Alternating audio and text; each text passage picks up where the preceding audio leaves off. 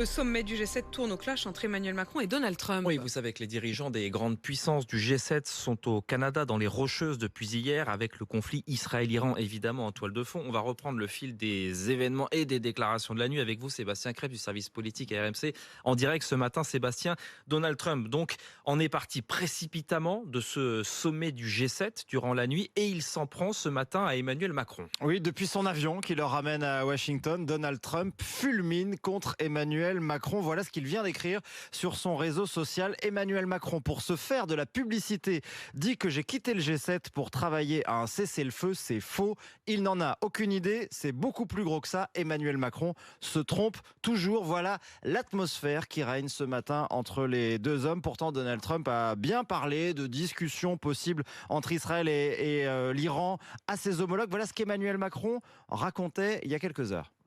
Il y a une offre qui a été faite, en effet, de rencontres et d'échanges. Il y a une offre qui a été faite surtout d'avoir un cessez-le-feu et d'enclencher justement des discussions plus larges. Et donc, si les États-Unis d'Amérique peuvent obtenir un cessez-le-feu, c'est une très bonne chose.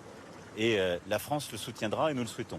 Alors, silence radio du côté de l'Elysée ce matin. Donald Trump a quitté le G7 juste après le dîner cette nuit. Le président américain qui souffle le chaud et le froid. Hier, il a commencé par regretter l'absence de Vladimir Poutine. Il a finalement accepté de signer la déclaration commune du G7 qui, d'un côté, soutient le droit d'Israël à se défendre, mais de l'autre, appelle à la désescalade.